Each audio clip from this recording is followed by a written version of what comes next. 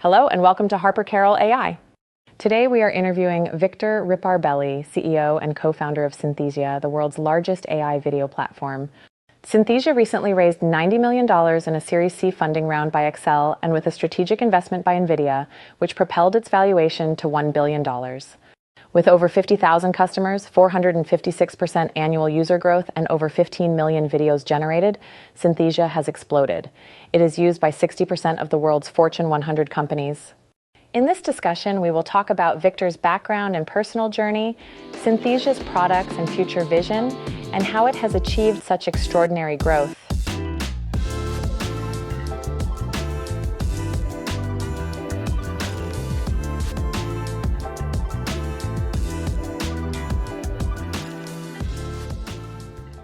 Hello, I'm here with Victor Riparbelli, CEO and co-founder of Synthesia.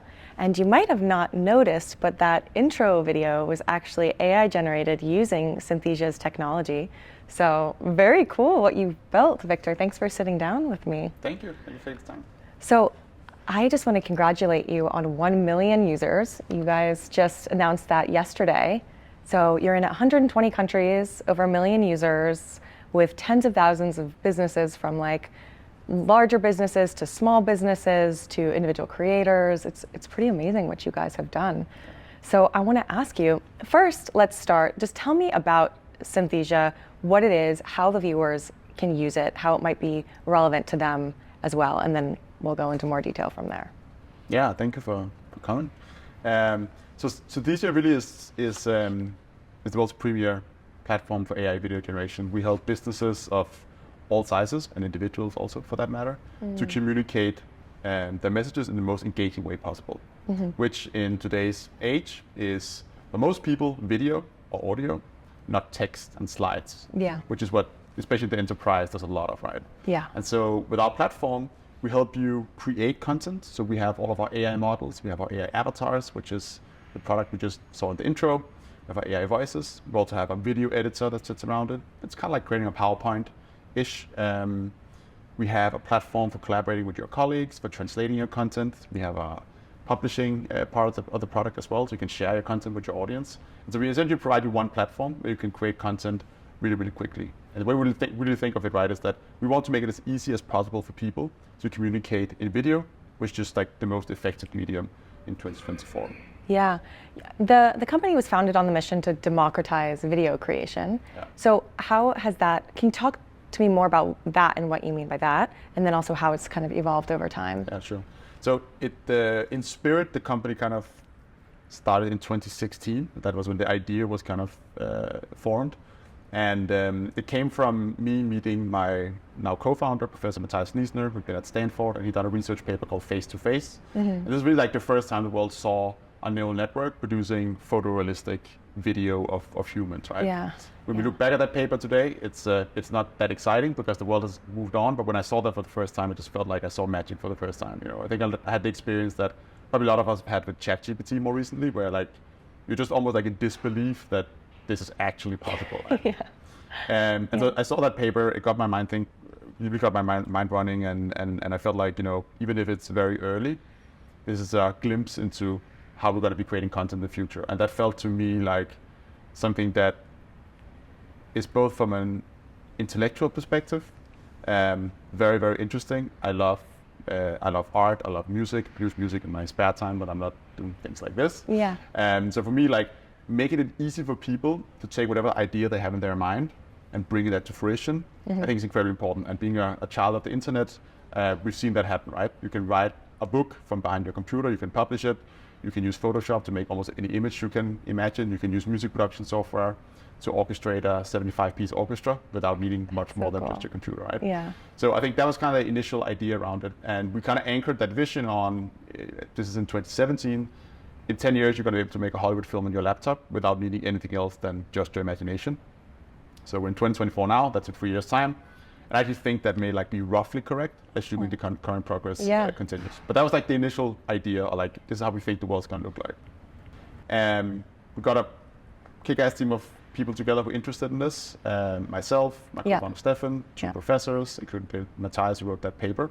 And then we kind of sat down in the room and trying to figure out like, okay, what do we do now, right? Because we think this is going to be possible in 10 years. Clearly, it's not possible today. We don't have the capital to wait 10 years until we have a product live. And so the first thing we did was we did this AI dubbing product, which was less about generating entirely new videos, but about like you have a lot of existing videos you've shot with a real camera, no AI involved. And we take those videos and translate them to a different language by, of course, changing the voice, but also reanimating the face and look real.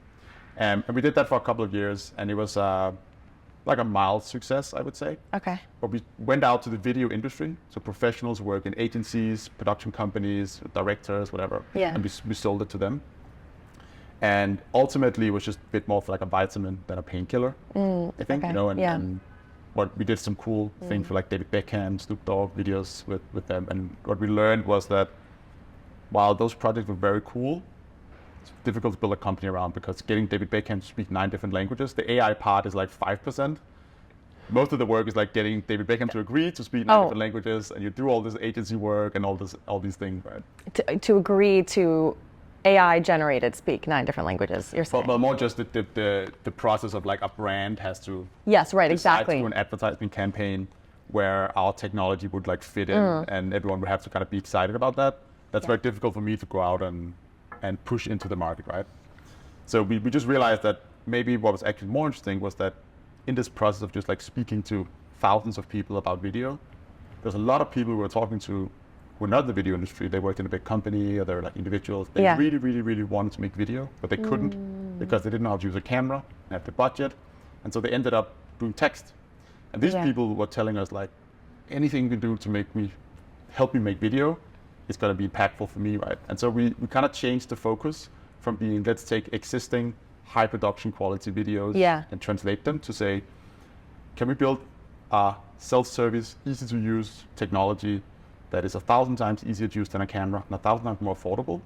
Because we felt like if we can do this, the people we're talking to will actually be okay with the quality being lower than with a real video, because the alternative for them is no video. And that is that was kind of like the pivot that took us to the product we have today, which we launched in 2020, centered around like the idea of avatars, like we saw yours before, where essentially you create an avatar yourself, one of our stock avatars, and you just type out the script and we generate that video. Now they're a lot better than they were back then. But I think it's a classical story with technology that often the initial kind of market, that the first thing people think about when they see a technology can often be the incorrect one. And this was actually like, okay, let's build a video product for people who have never made a video before. And that turned out to be like the right combination of product and market. It's so cool. And we'll get to this later, but you're an entire editing platform. I mean, it's not just the video creation. I see you almost in like a Photoshop kind of realm. Do you see yourself there as well? Okay, well, we'll get to that. So how did you get into AI back? You started the company in 2017. And how were you exposed to AI? Was it through your co-founder? You saw his paper? To some extent, I think on a personal level, it's actually mainly been driven by like my own curiosity. I have kind of a split to be computer science, but I'm by no means the technical whiz behind any of the stuff that we do. But on a personal level, I have always loved science fiction, and I've always loved like the frontiers of technology. And so I figured out in my kind of early 20s that I really wanted to do something with that. And so the way I got into AI really was just like, I wanted to start a company. I didn't know what company to start. I lived in Copenhagen at the time. I knew that Copenhagen is an awesome city, but it's not really the place to build frontier technology. We spoke about Stanford earlier, right? And I just actually got home from Stanford to Copenhagen and seen a very, very different world of very different way of thinking, very, just excitement around like technologies and like the can-do approach, right? Whereas in Denmark, it's a great place, but it's not really like that mentality, you find. I couldn't get to the US because I couldn't get a visa, so I went to London instead. And then I actually spent a year working in virtual reality. When the first Oculus headset came out, that was my initial interest. Okay, cool. But kind of figured out that I didn't really feel like the market was there. And I just spent a lot of time with interesting people. And one of them was Professor Matthias Niesner, who did this paper. And that's very kind of, I think, just driven by curiosity and my own interest. And I think what maybe Matthias saw in me was that I could understand the technology from like somewhat of a high level, but connect it to, how could we build something real with it, Yeah. rather than just being just doing research for the sake of research, which is awesome, Yeah. but it's not necessarily like the right way to build a company. Yeah, you have an interesting background. You started as when you were young making e-commerce. I don't know how old you were, I forget, but e-commerce platforms for like your local businesses, right? So do you want to just share briefly about that? Yeah, I think I've always loved computers, and I think in my late teens kind of figured out that I could actually turn that into, I didn't really think of it as a career, but I could make money with it. Yeah. And so I went out and like built websites for local businesses, e-commerce stores. And I think it's a good, actually even back then, right? Like I wasn't a developer really, but I would use platforms like Shopify. Right. And these like website creators. Yeah. Where it does require like some understanding of like technical stuff, but you don't need to be like a great developer. And I just kind of figured out that it's a great arbitrage, because I would go out there as like a very, very young and just say, hey, I can make your website for like $1,000. And they would go like, really? Like I'm being quoted $10,000 by like all these bigger agencies. And that became my kind of first foray into building businesses, and then the interest just developed from there. Yeah, that's really cool, that the way that you thought that way. And I guess also just on a personal note, so I know you mentioned you're interested in sci-fi. You also have shared that you're interested that you like, I don't know if you still do punk rock and skateboarding. I don't know if you still skateboard. I feel like all of those have their own like values and lessons kind of embedded in them. How do you think that like shapes you as, I guess, a person, but then also as a leader of a company? Yeah. I think I've just always been interested in fringe culture and like the kind of weirder side of lives, and I think that's always expressed itself in, not that like skateboarding is super weird, but it has like counterculture, I think, things to it. So does punk rock. Yeah. Electronic music is like my big love, and I think for me it's just like I love finding new things, and I love like things that can be difficult to understand, requires like put some thought into it, maybe like a bit more provocative ideas, provocative styles of art, and so on. And so I think probably it reflects like some part of your personality for good and for bad. But I think for me, the good thing is that I've always just been very, very, very curious. When I see something like this, like when I saw the paper for the first time, it was kind of this, I become very obsessed with like something. Yeah. I became very obsessed about that. Like I've become very obsessed about like some of these other things as well. I actually attribute a lot of that to the internet, because as you know, I grew up in Denmark. And I think what I learned early on in my life was that the world is much, much bigger than the lovely town I grew up in. But there's a lot of different opinions. And there are a lot of people challenging dogmas that you just take for granted when you just walk around in your little village in Copenhagen. And that was just very exciting to me, right? I always felt like, wow, the world is so big. There are people who think so differently than I do, and my parents do, my friends do, and people around us do.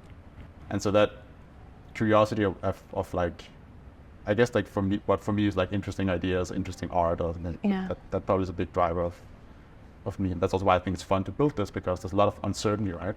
And there's a lot of new things to explore all the time. So how did you know to leave Copenhagen? Like, what was your first exposure outside of it where you were like, oh, there's this whole world out there with these other ideas that I should go? Like, what did that look like? I think that I always knew from when I was a kid that I wanted to leave Denmark. Like I asked my mom when I was like 8 years old. I don't know why, but I think just yeah, you kind of knew. Yeah. Definitely like a sense of adventure, right? Yeah. But also just like I think you want to put yourself in places where there are like-minded people around you.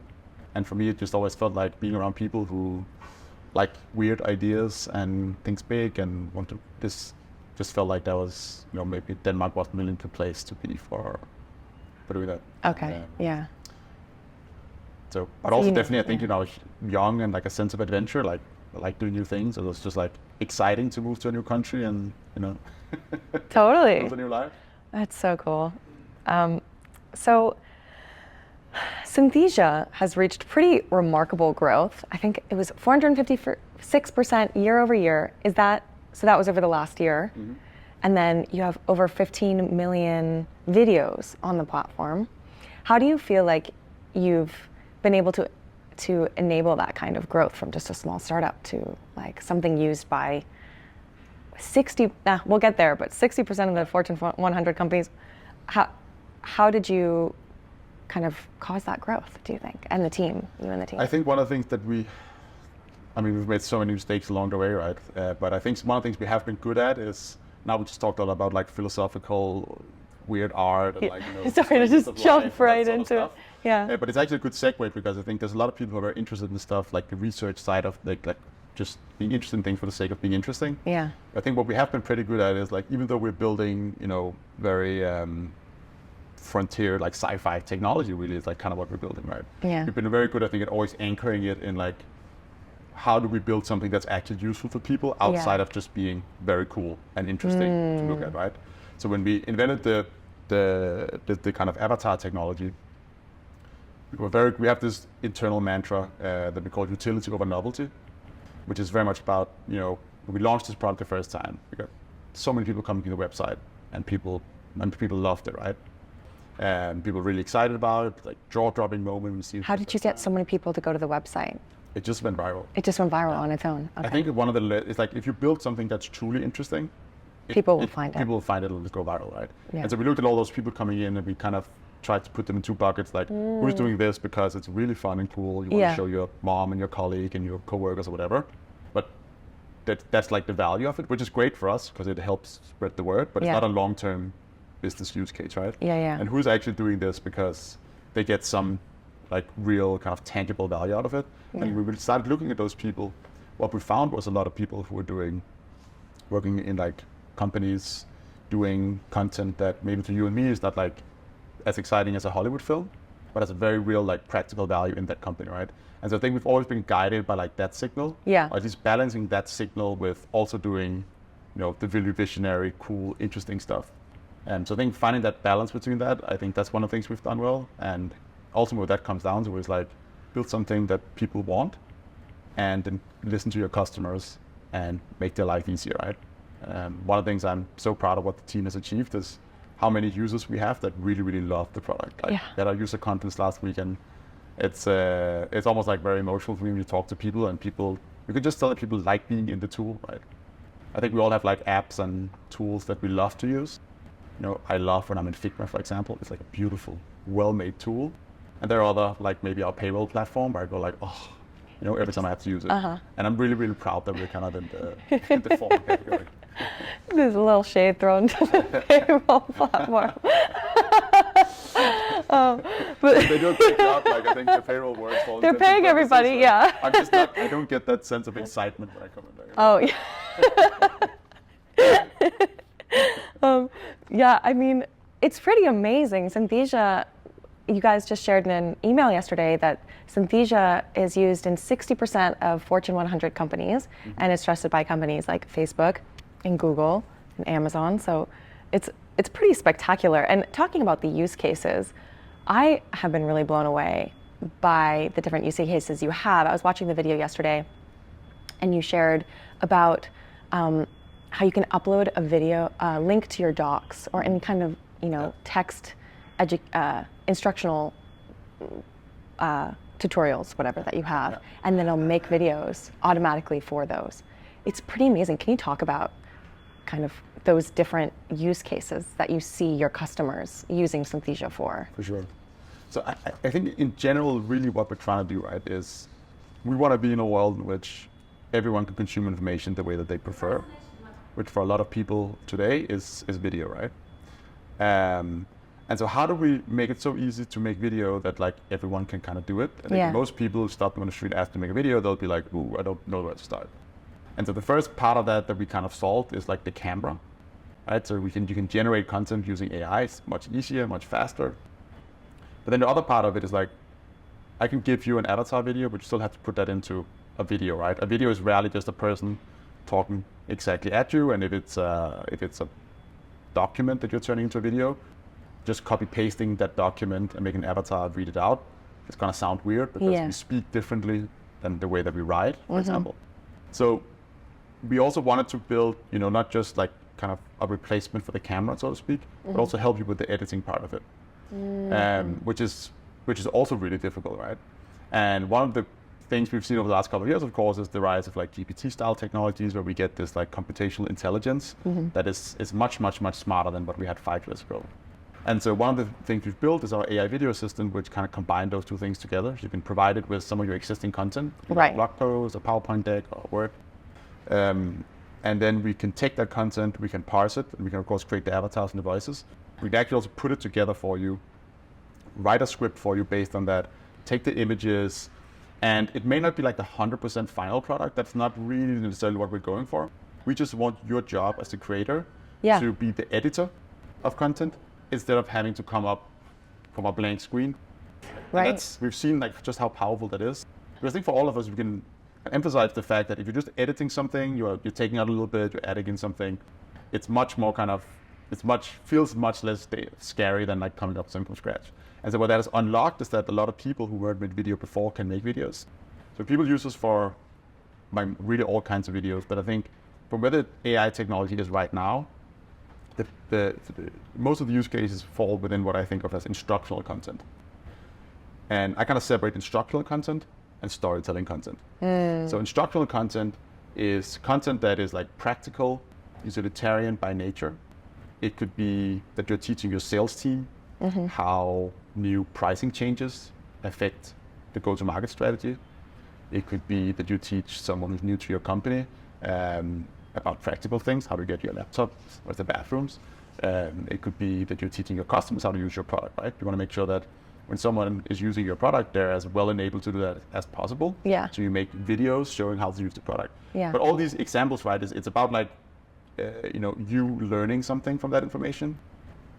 And for that, today it's working really well. I'm just seeing how much more engagement this creates for our customers in whatever messages that they're sending out, right?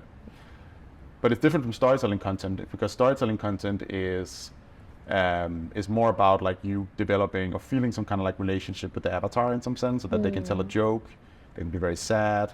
You can begin to create content that kind of like makes you feel affinity towards a product, for example. Yeah. It is right at the brink of like getting to this next AI breakthrough. Yeah. I think once we get there, like, advertisement content and much more like external facing content is going to be much more prominent.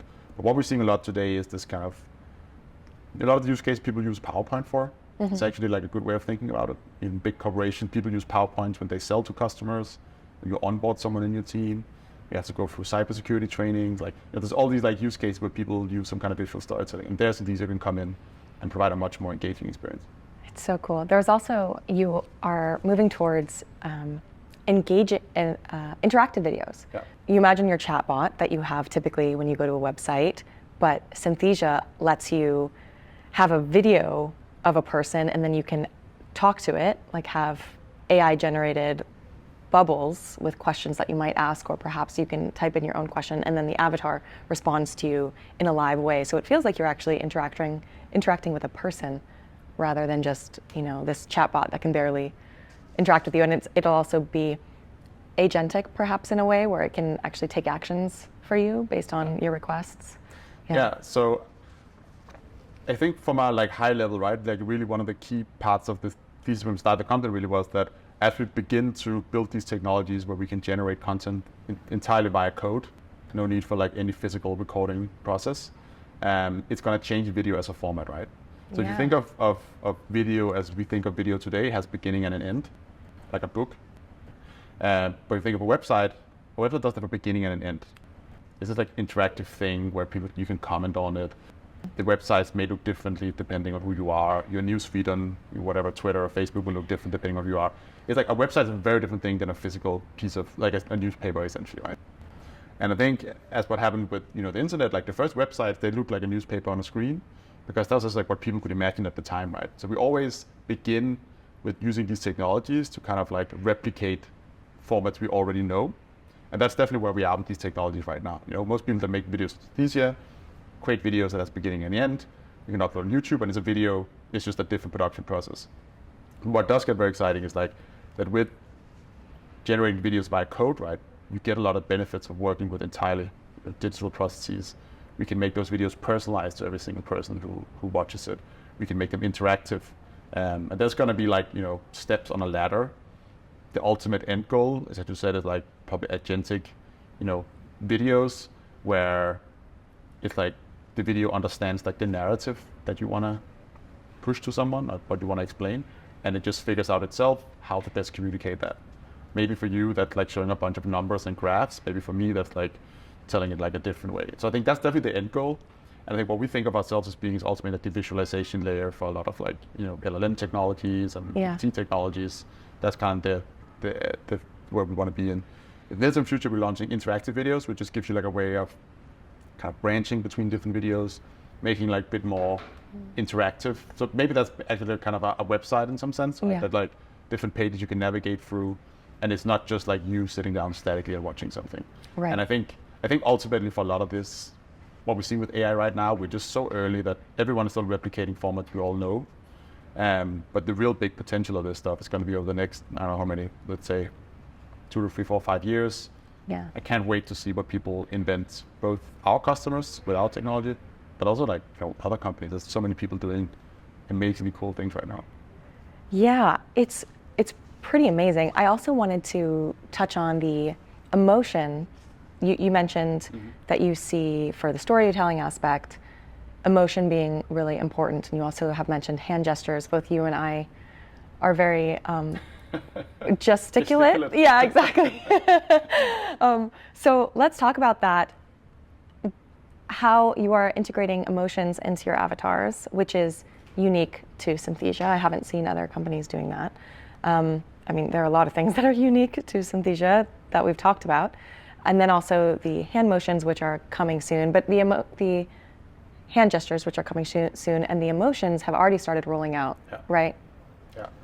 Yeah, so I think if we take that kind of like the instructional content versus storytelling content, like what does it take to move from one to the other? Yeah. I think it's very clear that when you're doing more instructional content, like, an avatar being like super emotional, it's still cool that they can do it, but it's not like absolutely necessary for that to really work. Yeah. But if you're deciding to go into storytelling content, right, it's gonna get, it's not really there yet unless you have like emotions and convey those emotions correctly. And so Express One is our first model that kind of injects emotions into the avatars. And the way I think of it is really like ultimately the avatars are just becoming better actors. Like if you take a real actor and you give them a line of something, like they will read that text and they'll perform it differently, right? If it says something very sad, they'll like look and feel very sad, and something very happy, they'll be very happy. Yeah. Humans just understand intuitively how to do that, right? If I say to you, I'm very happy, looking like this, you're gonna be like, wow, that's weird, right? Something is off. Totally. And so what we've done is we've changed this model to essentially kind of like figure out what are the relation between human emotions and what we say. And the avatars can now do that. So like all their facial expressions changes depending on what they're saying, the voice changes and so on. And so the next step we're going from here is going to be, we add in hands, more body language, and really just drives it towards the point where I think very soon you're not going to be able to tell whether it's like an AI video or if it's a generated video, which is going to be a very interesting tipping point for us as a company, but I think also for the industry as a whole. So you have a research arm in the company, and I want to talk about that. And you also have a pretty extensive studio with many, many cameras, right? And so you have your own training data set that you have generated with employees at the company, I guess, or people who come through. And lots of external people as well. And lots of external people. Yeah. Maybe I can come through when I'm in London. And so my guess, just for my watchers who like to learn about AI and how it works, my guess is what you're doing is passing the script or the transcribed script through some kind of like emotional valence detection, and then you've trained in your studio people acting with different emotions, like classified gratitude, happiness, fear, frustration. I watched the video, and then you're able to create video based on the classification of the text on this large language model. Using this large language model, you're then able to generate a video in certain styles of certain emotions. Is that probably like, I don't want to say your secret sauce or anything. No, I'm sure it's like maybe more complicated than but that. Actually, one of the things we learned was that, and I think the learning in AI over the last couple of years has been that with enough data, you actually don't want to be very explicit, because one of the things we found was that with emotions, for example, we as humans can sit down, and you and I can make a list of a lot of emotions, right? Let's say we have 20 emotions that we think are like the emotional spectrum of humans. But that is a construct, right? In reality, there are no sentences that are just happy or just sad or just excited. Right. Everything is like a combination of different things. And so we have to be very conscious of the fact that when we do this as humans, we're abstracting the real world, and it's very, very lossy, right? Like there's so much information that goes lost if you just divide every sentence. Right, into categories. Yeah. So actually what you want to do is you want to go more towards the direction of saying, let the AI system figure out human emotion in itself without you constraining it into working like in different boxes. Interesting. Because when you do that, you just get incredibly realistic results. Wow. And so when you look at there's digital humans is not a new. I mean, people have been doing this for many years, of course, right? Yeah. In some ways, we're a continuation of that. But the way you would do this in when you make computer games or even Hollywood is that way of doing it. Generally. Yeah. Where you then, you have a team of animators, like a very kind of time-intensive process, and it never really looks entirely real. But with these AI systems, right, they can abstract the world away. Right. In whatever many dimensions and things, like it needs to make sense of that data. Yeah. And when you do that, you get to these just incredibly, like we listen to like the voices, right? Yeah. It's really wild how good that is compared to like a Siri or Alexa voice a couple of years ago, where it was like very, very robotic and stilted. So I think the lesson of machine learning in general has been like that you actually want to be like much less explicit in your modeling. Yeah. Okay. And you want to just make the models like figure out its own way of figuring out what human emotion is, right?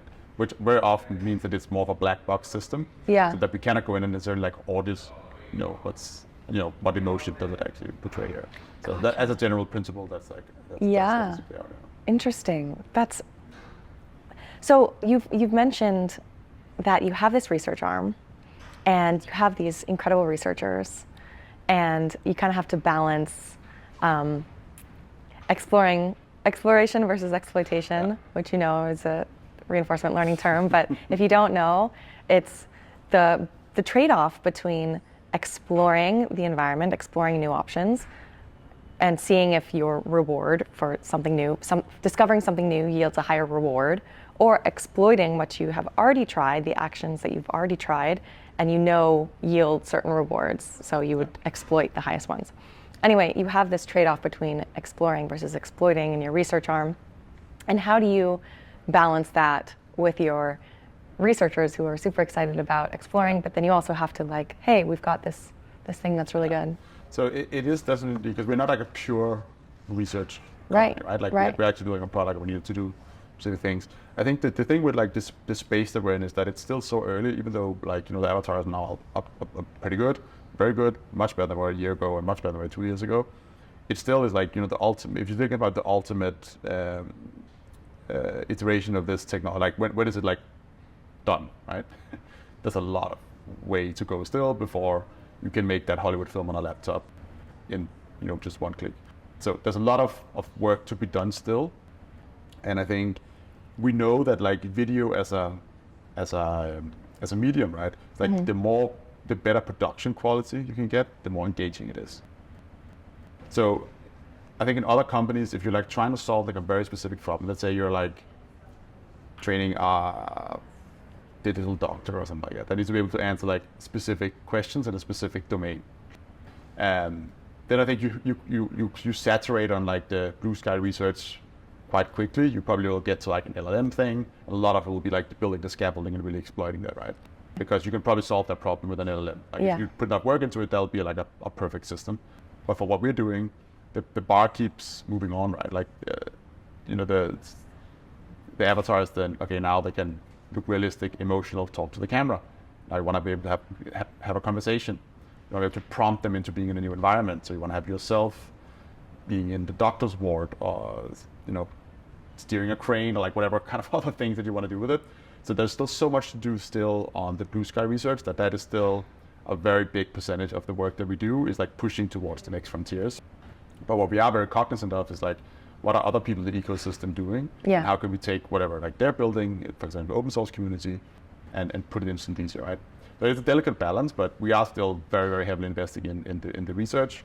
We just direct it towards like, what is it that our customers tell us that they want, and we try and square that with what we think is like technically feasible in a whatever time frame we're kind of looking at, right? But that time frame is not like 5 years. It's like, what can we do the next year? Okay. And what do your customers tell you that they want? So I think the main thing is like, they just want their avatar to like be able to do more things. They want to be able to have an avatar of themselves that's in the office and, flying a plane, like doing whatever, all kinds of fun things that you could do with it. Yeah. Without having to actually shoot that. So that's a really, really big one. So closing the gap in realism. Yeah. I think we're getting very close. There's definitely some videos where you cannot tell yet, right? But there's still like a little bit left to go. Closing that gap, very important.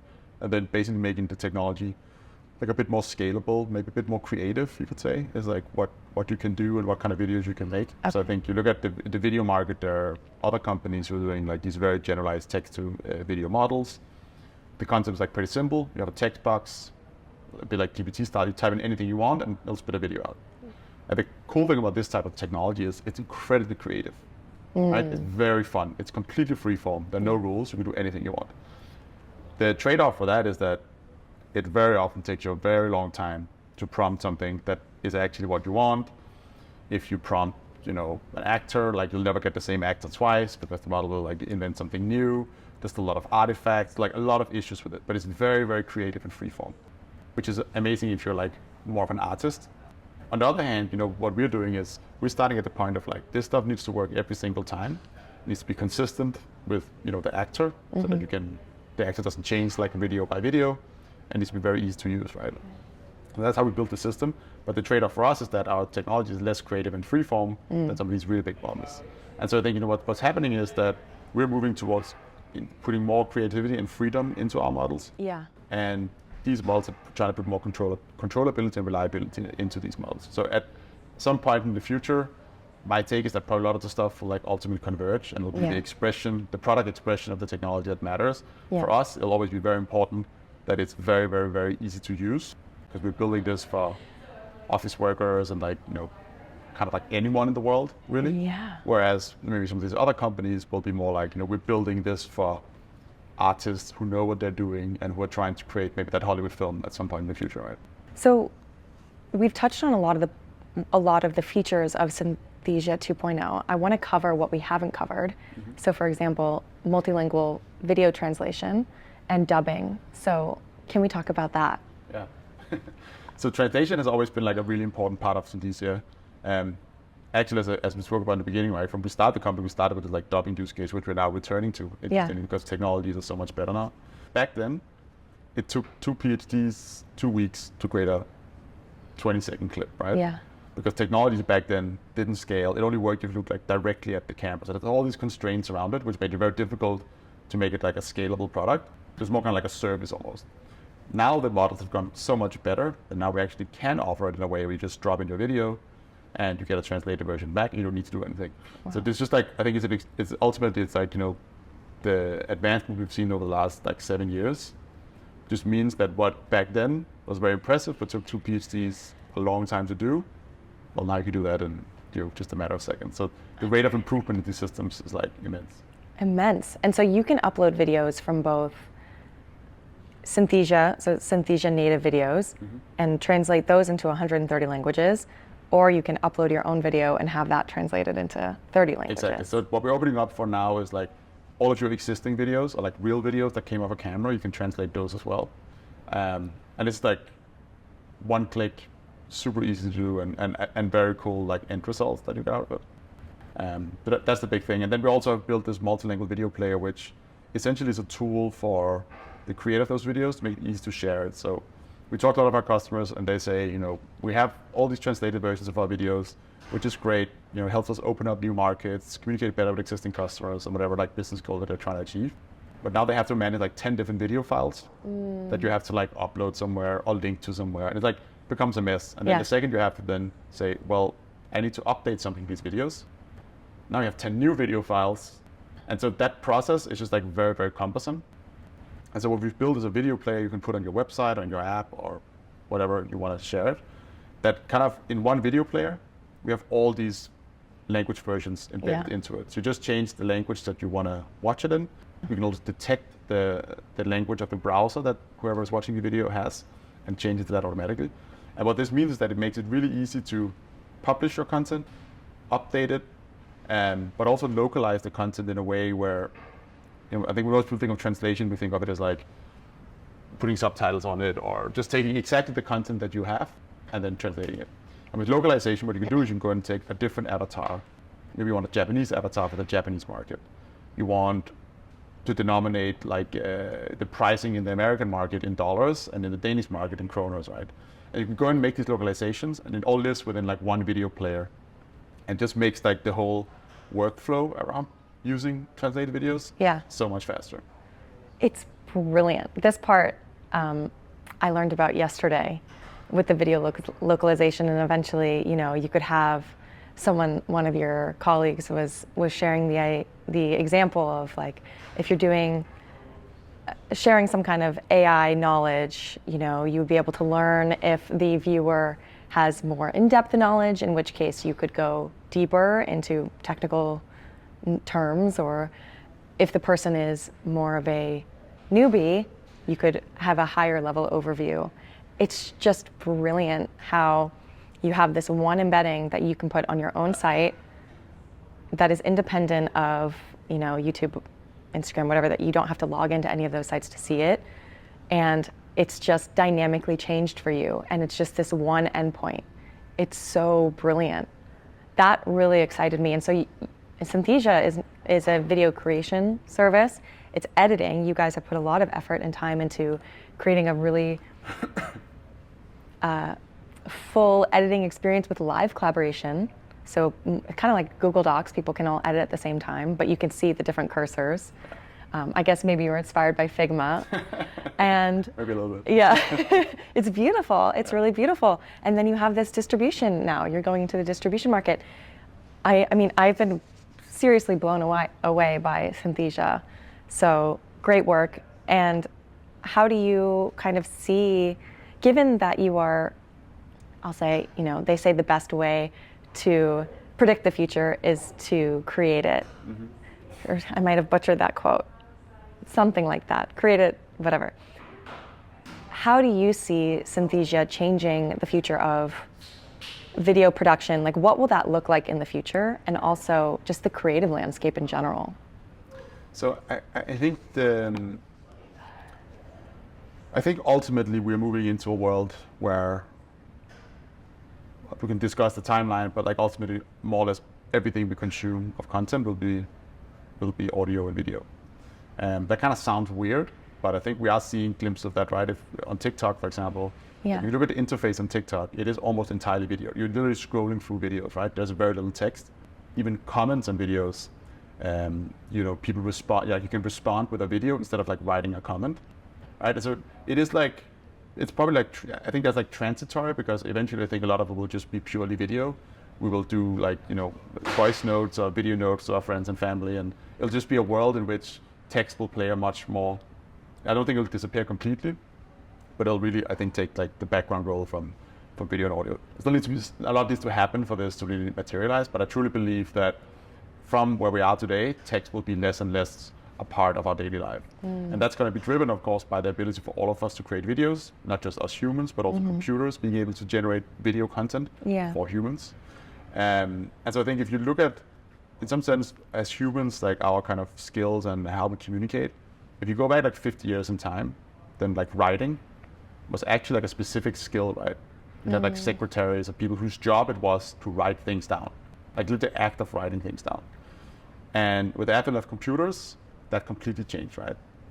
Every person in the world today knows how to type on a computer, and Microsoft Word was probably the application that like made everyone into writers essentially, which is a new thing, right? Like we didn't used to write. Like 50 years ago, it was not normal for like people to write during their daily life, right? That's very, very profound. We don't think of that today, but now that's a big part of it, right? And then I always argue that we've also all become designers with PowerPoint. Like there's very few people in the world today who cannot open up PowerPoint and like put something together. And we definitely have different skill levels, and like, you know, PowerPoints can be very, you know, ugly and they can be very beautiful. There's a spectrum. But in essence, like that is all of us becoming designers to some extent, right? And I think that the next logical step is that we're all going to become directors, and the expression of that is going to be video content. So I think that's like, I think that definitely is going to happen. We can discuss the timeline. I think for creativity and in general, I think this is probably the most exciting era to be an artist. Yeah. There there are definitely like, different opinions on how people feel about AI, and that's always been a thing. Every time we invent new technologies, there are people who are skeptical, which is probably a good thing, but in music production, for example, when the first drum machine was invented, the drummers were very unhappy, right? Turned out that a drum machine was not a replacement for real drummers, but it was excellent for creating entirely new genres of music where you needed to play drums in a way that a human drummer just cannot, like techno music, for example, right? And I think now what we're getting to is that just moving closer and closer to a world in which your ability to express your ideas and create content, no matter if it's music or video or images, whatever, the gap between idea and bringing that to life is much shorter, and most importantly, I think, removes the gatekeepers of like, who do you know and how much money do you have, right? Because if you want to make, there could be people from like all over the world who may have excellent ideas for movies and actually would be an amazing director, but they never get the chance because they don't live in LA.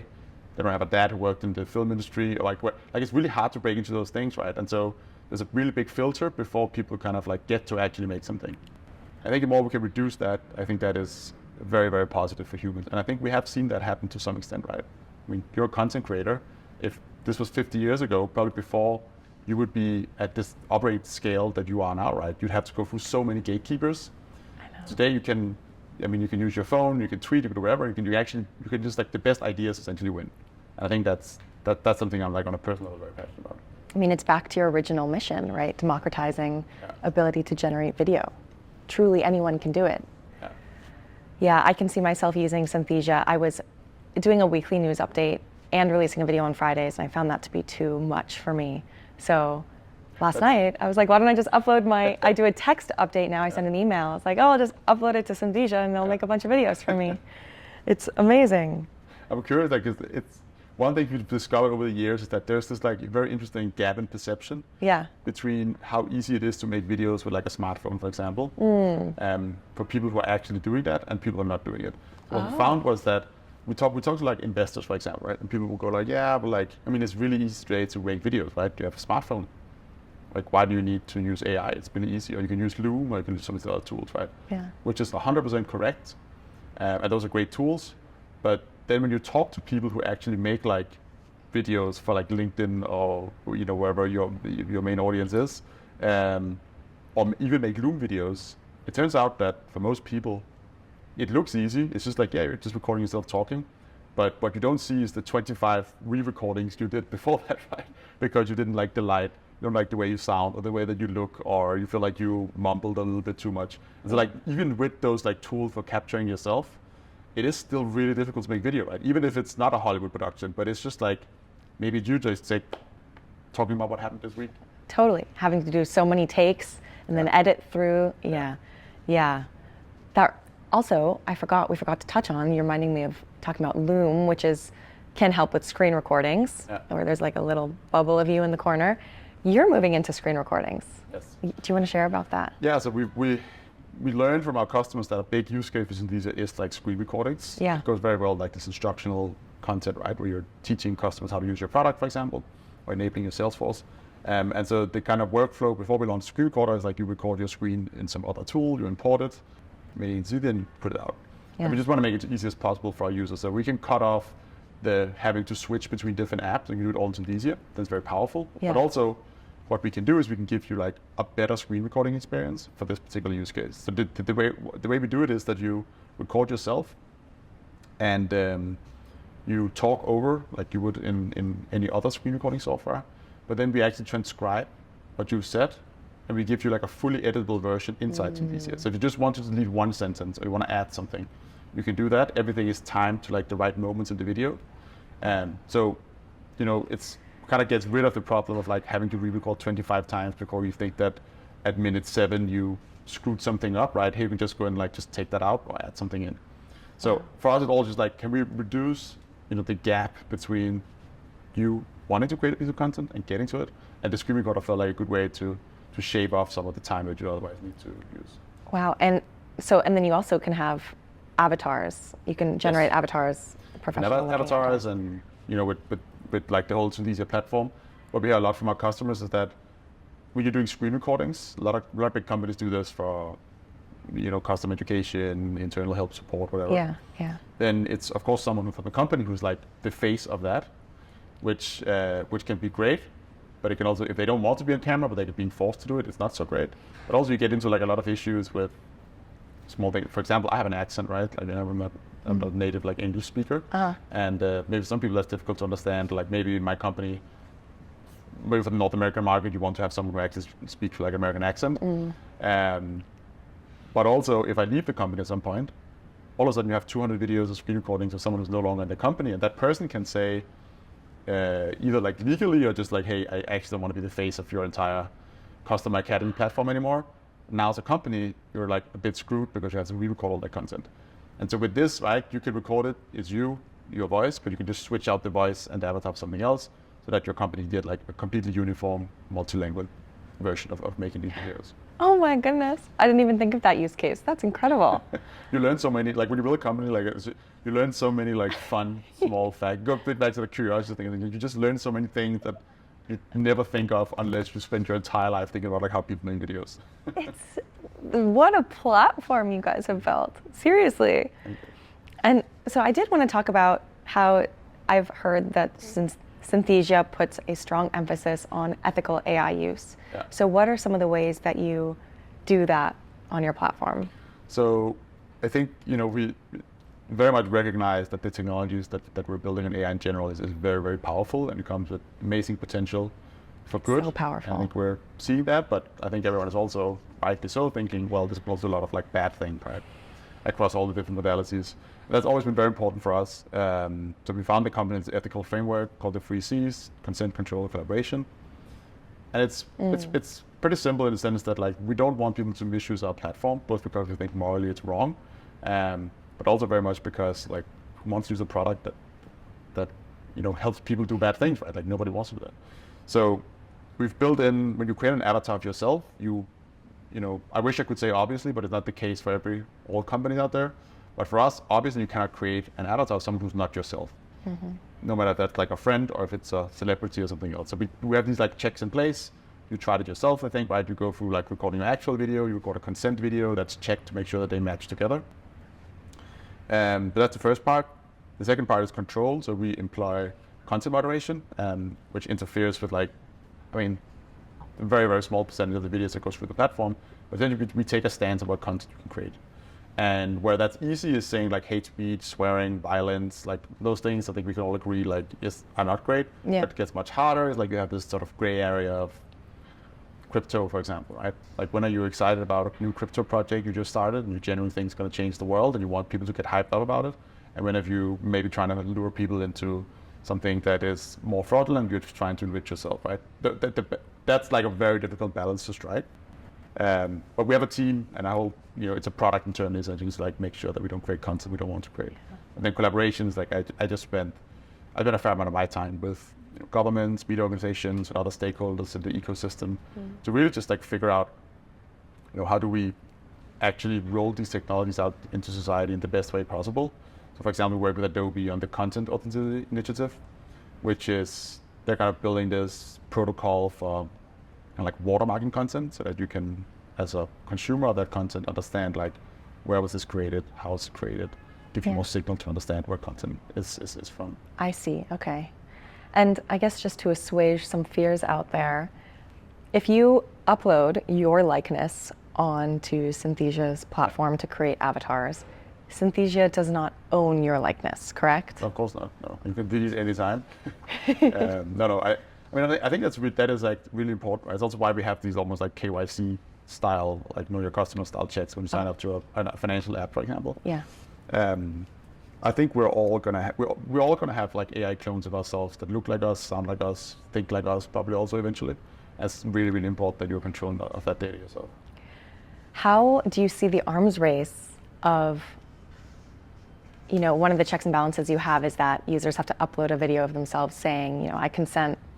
It's a script. Yeah. That sounds like a bit of an arms race because what you're doing is creating, you yourself as well as other companies, AI generated video of a certain person. So couldn't theoretically someone upload another AI generated video? So when you go through the consent video, basically you turn on your webcam and then you're asked to read out a random. Turn on your webcam. Turn on your webcam, and then you read out a random string of words, right? Which of course changes every time. That helps. So you basically can't, unless you have an avatar video, but then it's like if you already have like a live deepfake version, then I'm not sure why you would like need to create an avatar. They like your other tools. You have great editing and distribution tools. So maybe, I don't know. Yeah, I mean, you can get there when it, But it's like we do a lot of, it's actually like manually checked as well. So there's a lot of, and of course it's like a part of the product that's always evolving with the world around it. Right. But I really think that I wish and hope that everyone who builds these kind of technologies, right, takes it seriously. Right. Unfortunately, that's not the case. Yeah. But we think it's really important. And so how can someone use Synthesia today for whatever their use case is? It sounds like we've covered so many.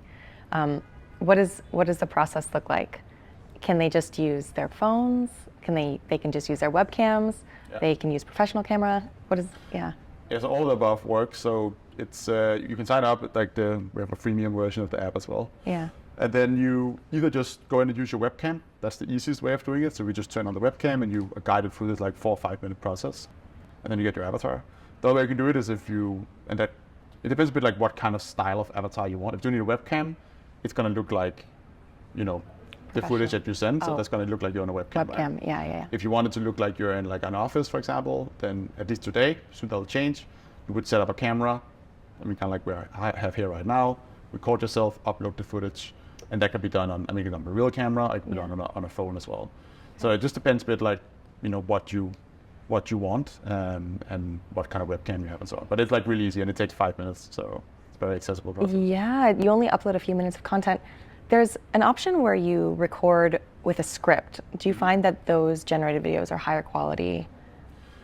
I think ultimately like it matters to some extent less what you say actually. But what we found is that another interesting learning when building this company is that if you ask people to just speak for 5 minutes, very, very few people can actually do that. Most people, they just go completely blank like after one sentence. Because people feel like they're under pressure, they have to come up with something. And so what we found is it's actually much easier to just give people a script to read, because then there's like no question marks on what to say. And it's okay if you're looking down. Yeah, we correct your eye gaze. Okay. So I mean, you want to try and look like as much as you can. The transcript kind of it goes on the screen, right?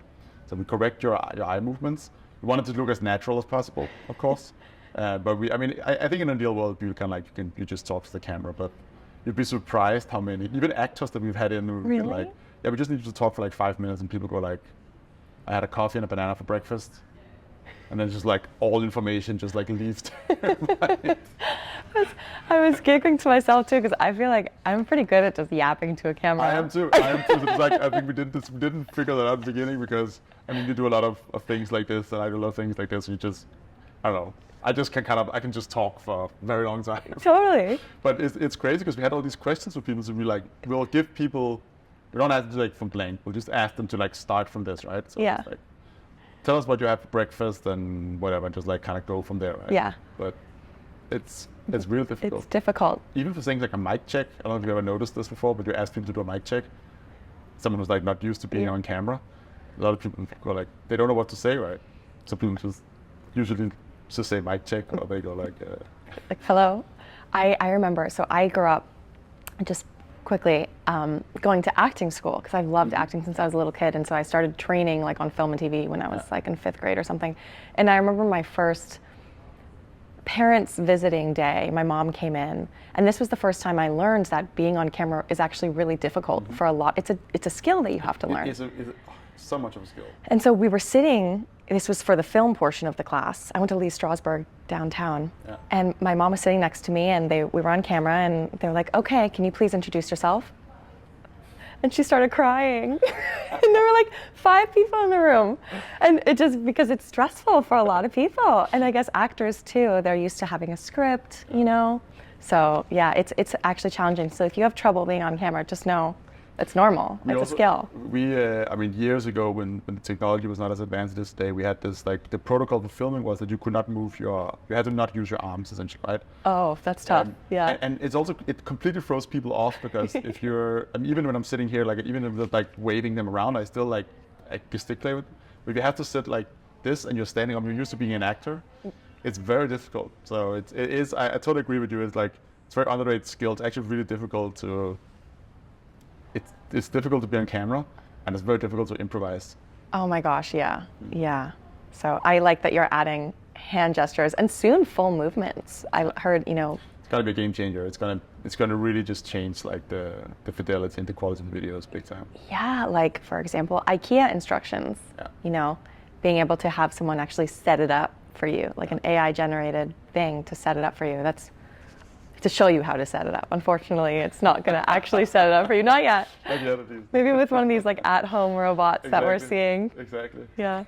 Well, thank you so much for coming, Victor. This was lovely. So fun. So nice to meet you. You too. And maybe when I'm in London, I can come by the office. I have seen clips of your studio. It's pretty amazing. That's super cool. I wasn't sure if it was AI generated because it has all the like micro cameras, right? And this big orb. I mean, it's essentially we wanted to record a data set of like really high quality. So you know what you see there is like kind of like what you see in the Hollywood studio, for example. They would like capture people, turn them into 3D. For us, that's not the purpose. The purpose is to like get the training data we need to, you know, create much more fantastical avatars, but that are still very, very easy to use, right? So it doesn't require like you actually go into that studio and be recorded with all these cameras around you.